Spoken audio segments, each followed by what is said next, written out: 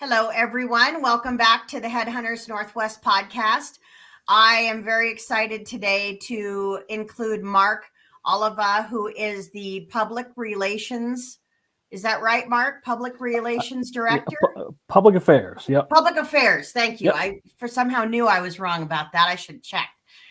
He is with the NSSF PAC, and that is the National Shooting Sports Foundation Political Action Committee. And I think he probably touches a little bit of everything. And if you don't know Mark, you need to, because he's a fabulous writer. He is well connected with not only the shooting sports and outdoor industry, but he's also a veteran. And I'm really excited to hear what you have to say. He agreed to be on our podcast today to talk about what it was like for him to transition into our industry. So thank you, Mark. I'd love to hear a little bit about how your career and how you got into this awesome shooting sports industry. I appreciate it, Shailene. It's a pleasure to be here. And just to make sure we're clear, I'm the managing director for NSSF's public affairs altogether. I don't do anything directly with the PAC.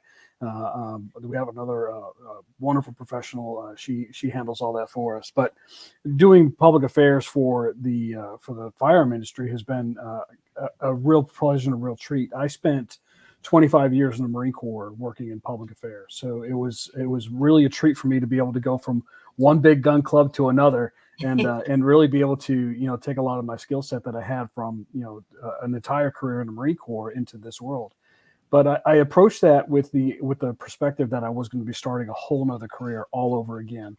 And I think probably one of the smartest things I did at the beginning of that, and it's advice that I give to other veterans now, is I didn't know what I didn't know. So I started reaching out. I was very fortunate that my brother-in-law happened to be really good friends with who my current boss is now, and he made the introduction to me.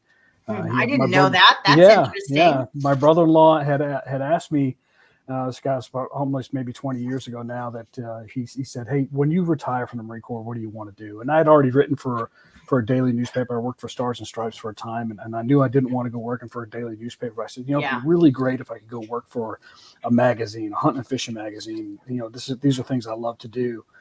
So he put me in touch with my boss now, Larry Keene, and Larry put me in touch with folks in the industry who were outdoor riders, and one of the first was Russ Thurman.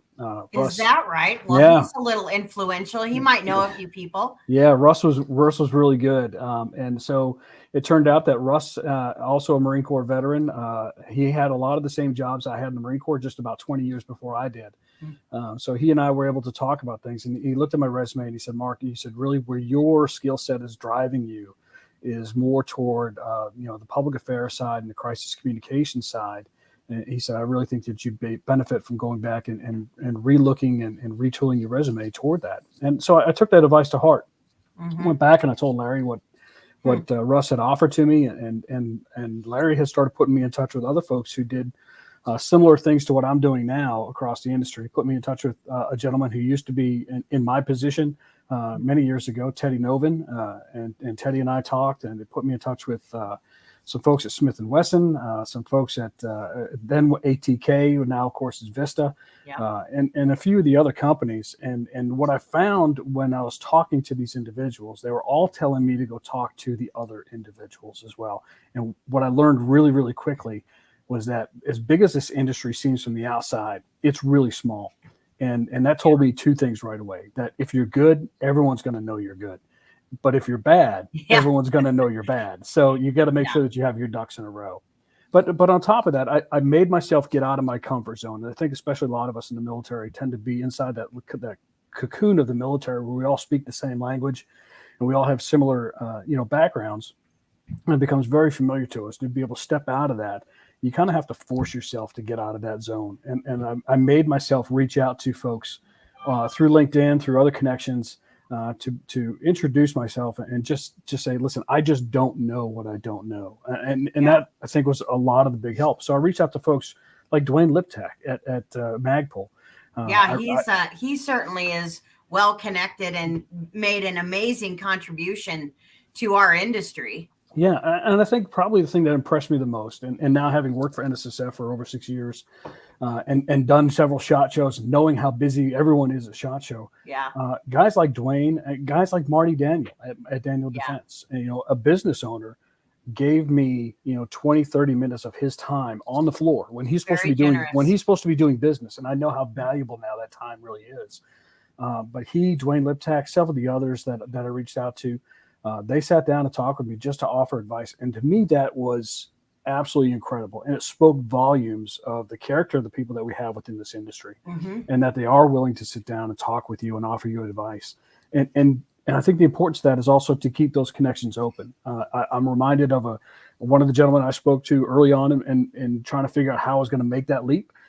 He worked for a gun company, and he has since transitioned off to a couple other companies, but he found himself now looking for a new position within the industry, just this recent, past couple of months. And I never forgot that gentleman also gave me time on the floor too, that he didn't have to. And so I'm very conscious of the fact that he was really good to me. So I'm trying to be good to him on the back end and trying to make sure that I'm able to use the contacts that I have to see if he can find a new opportunity somewhere within our industry. And I think that's how it is. It's a real give take. It is. And I think that's the importance. When I tell people I feel, they're a little bit slimy about the word networking, I think that's what you have to understand about the importance of networking is just having that conversation with people, making those connections and remembering where those connections are, because you may be in a position down the road to help somebody else out when you were the person in need years before. But I think that our industry as a whole, number one, is very appreciative and respectful to our veterans that have served our country. We're very proud of being patriotic. So I think those of us who haven't served, I hope, try to go out of their way to give time to people who have served. And I think transferring those skill sets from maybe military speak that you're comfortable with to civilian speak is sometimes really frustrating, because the leadership skills are well formed and there, and the responsibility and the work ethics all there. It's just a matter of transferring it. And it's really exciting to hear how you've done that and been bold and kind of gotten out of your comfort zone and said, hey, can I spend a few minutes talking with you? Because I don't think it's that much different from when I transferred my company from accounting and finance to the shooting sports industry. I did many of the things you're talking about, and I found it very welcoming and very helpful. Yeah, and I think people were glad to talk and help you. Yeah, I think, like you said, I think a lot of the people in this industry, we understand who we serve in this industry. We understand, we serve sportsmen and sportswomen. We serve those people who have an appreciation for our Second Amendment rights, who love to shoot competitively.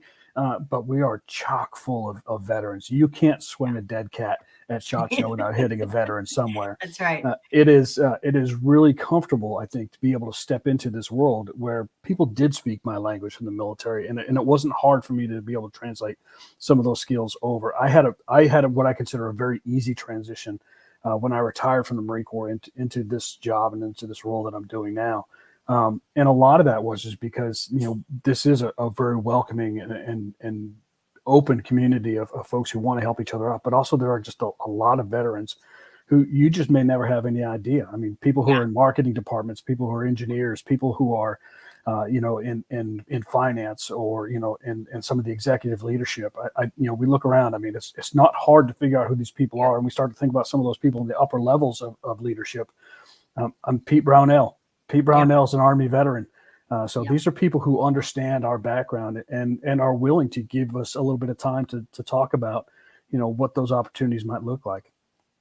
When you think about the organization as a whole, and you've noted SHOT Show, which I love. Let's say you're a military veteran who's not able for some reason to attend SHOT Show. Are there other ways for them to reach out and touch these people? Are there other venues that you found helpful? Yeah, so I think a lot of people who are attending SHOT Show as an exhibitor are also attending some of the other shows. Your Great American Outdoor Show, NRA Show, they're going to be there. With those are open to the public. SCI Convention, a lot of your folks are going to be there as well. But I also found that, just reaching out through LinkedIn, I'm one of those people, I try to be very open. on LinkedIn. I put quite a bit of stuff up to talk about what's happening in the industry. But when I get an outreach from someone who I may never have had contact before, I'm not the person who rejects that connection. I'll take those connections in. I'm more than willing to have that conversation. And I think that's important. Generous. Yeah, I think that's important for us who have been, who have benefited from other people being willing to do that, to be able to remind ourselves that, remember where you came from. Remember that you had questions and you just didn't know what you didn't know.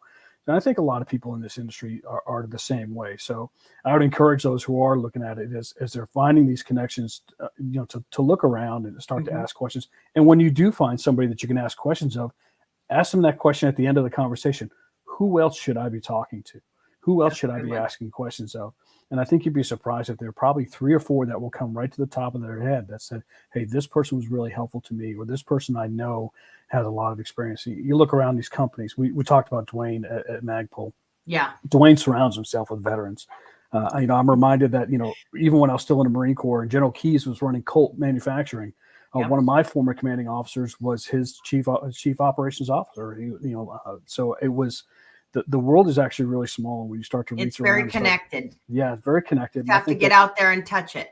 Exactly. So I think once you find that connection and you find somebody, one of the questions you should be asking them is, who else should I be asking questions of? Yeah, I agree. Thank you for saying that. I think it's very important. And I often forget to say something like that. I'm so accustomed to my own job.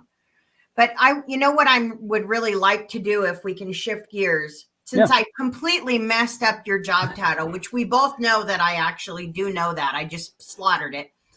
Do you think you could maybe take that opportunity and share with people just a brief overview about NSSF and about the PAC, just super briefly, because we're going to have some other people from NSSF on, also a different podcast.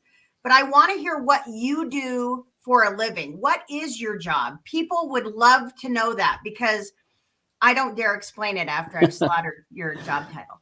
Yeah, no, it's fine. So I'm the managing director for public affairs, and in very simplistic terms, I tell people I get to talk to all the media that doesn't like us. We have our folks on the marketing side, and they're dealing with a lot of your outdoor writers, and they're dealing with some of the communications that are happening, the marketing that's happening on the other side. I get to deal with all the stuff that happens within our government relations team.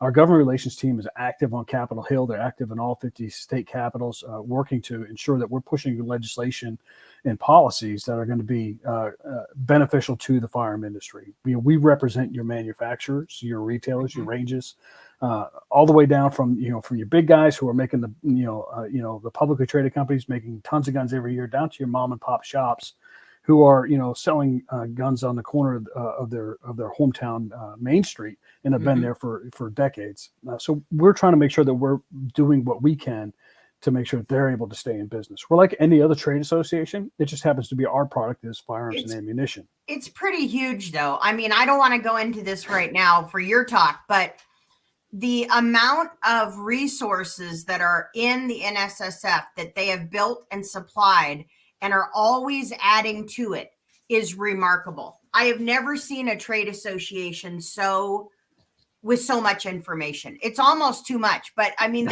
the help is there. It is, and it's we really do punch above our weight. Our team as a trade association is actually fairly small. I think when you start to look at our structure, and we really do a lot with a very few amount of people. But it's a great organization to be part of. It is wonderful to be surrounded by people who are all like-minded, who are all rowing in the same direction, who all want the same thing at the end of the day, and who are passionate about what we do. When I retired from the Marine Corps, and I was starting to figure out where I wanted to go, and I thought I wanted to be in this industry. And I remember sitting at the interview for this job, and I remember being asked by our VP of Human Resources. She asked me, she said, what makes you want to work in this industry? And I said, well, I have a public affairs skill set. And especially where I live around the Washington, D.C. area, there's no shortage of jobs for people in the public affairs community.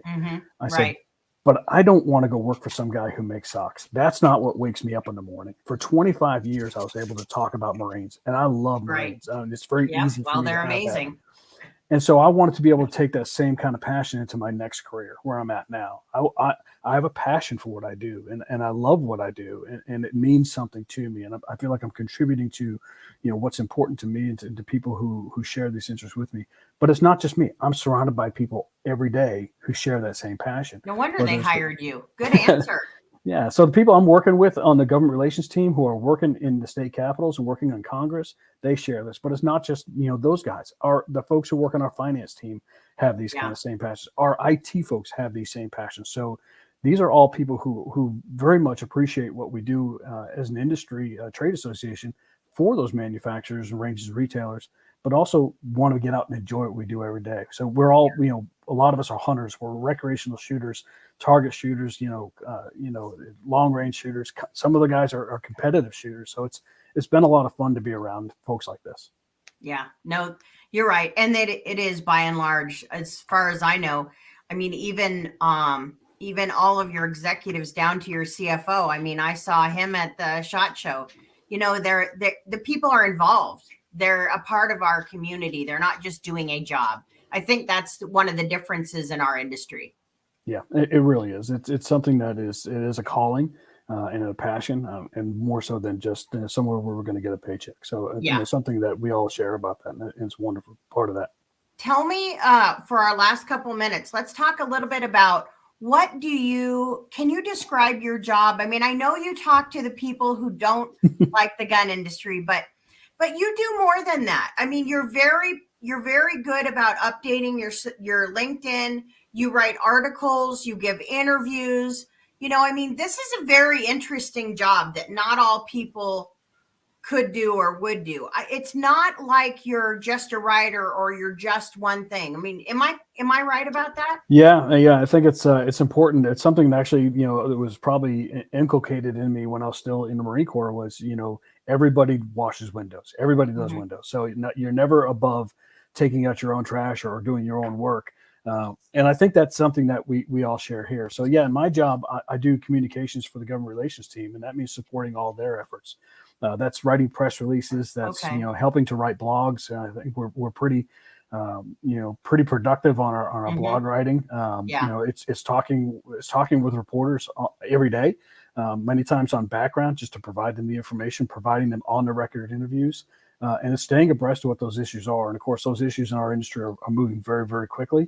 And staying on top of it. I think one of the things I've always loved about working in the public affairs world, whether it was in the Marine Corps or what I'm doing now, was you can have a great plan of what your day is going to look like, but by 9 o'clock, that plan is out the window, and you're reacting to what it is. So, I think if I had a job where I was going to be doing the same thing every day, I think I would have gotten very bored very quickly. But this requires you to be very agile, be very flexible. And make sure that you are staying on top.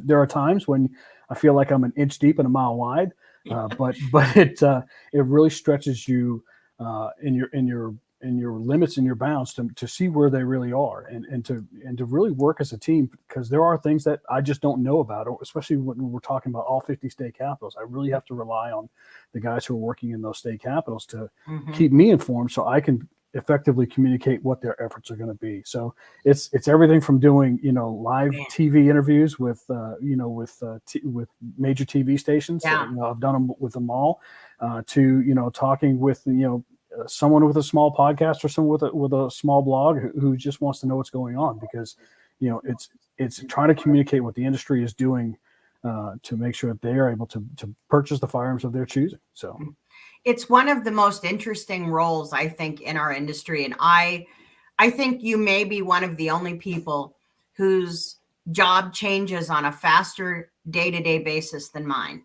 I mean, mine changes with the ring of a phone, but yours is like that on steroids. It's with a ring of a phone, a buzz of a text, an email that comes in. I mean, and the whole world could turn upside down, and you're reacting to everything. So it really is, and it's unique. There's not a lot of people who do exactly what I do within this industry. I was able to, you can take a skill set like public affairs, and you could translate it over to a marketing team, or you could translate over to some kind of other public relations effort. And there are many companies who have their own in-house efforts, and of course, there are a lot of other companies that surround this industry that provide those kind of support to some of these companies that are maybe a little bit smaller.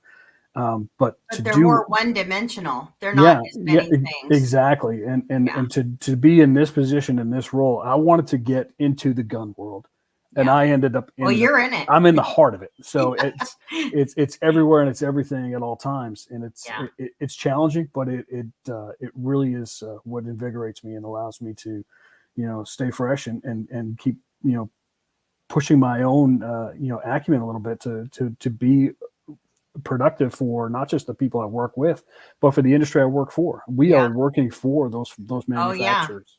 So we have to make sure we're keeping up with them. And I think if people understand, our board of governors is made up of all the industry leaders at these companies, and they are very demanding bosses. And when you've got someone like Steve Hornady who slaps you on the back and says, "Hey, you're doing a good job," then you're doing a good job. Oh yeah, because he would be sure to tell you if you weren't. Nothing personal, Steve. So I wanted to mention two things. One that I don't want to forget that's really important is anyone that's listening to this, you really should jump on LinkedIn and follow not only Mark, but the NSSF, because Mark does a lot of posts, but there is an endless amount of up-to-date current information that's constantly coming from Mark. And if you can't figure out where to follow for up-to-date information on the firearms industry, I think that's the best place to go. The other thing I wanted to say is I did want to ask you, when you think of your favorite firearm or the most meaningful, and I know we can't pick, personal brands or anything, but someone just told me a really fun story about their childhood when it came to their favorite firearm, and they hadn't thought about it until we were sitting here asking. So what would come to mind if you said what's meaningful or what is your favorite memory when it comes to your own experience with firearms? Wow, it's hard it's like trying to ask, who your favorite child is, right?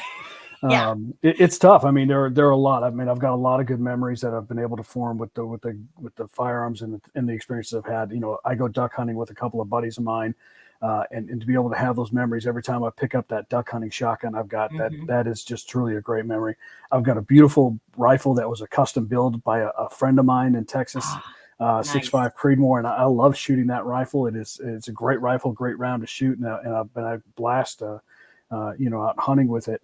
And I look at I was very fortunate. I mentioned General Keys. General Keys was very kind to have a 1911 sent down with my name inscribed on the slide. That's pretty special. So I would say if I have a Closet Queen, that's it. I put maybe 200 rounds through it, but I don't shoot it very often because it is a very special handgun to me. But I would say if I had to go through my safe and say, which firearm probably means the most to me, I would probably have to say it's my dad's Winchester 30-30 model 94.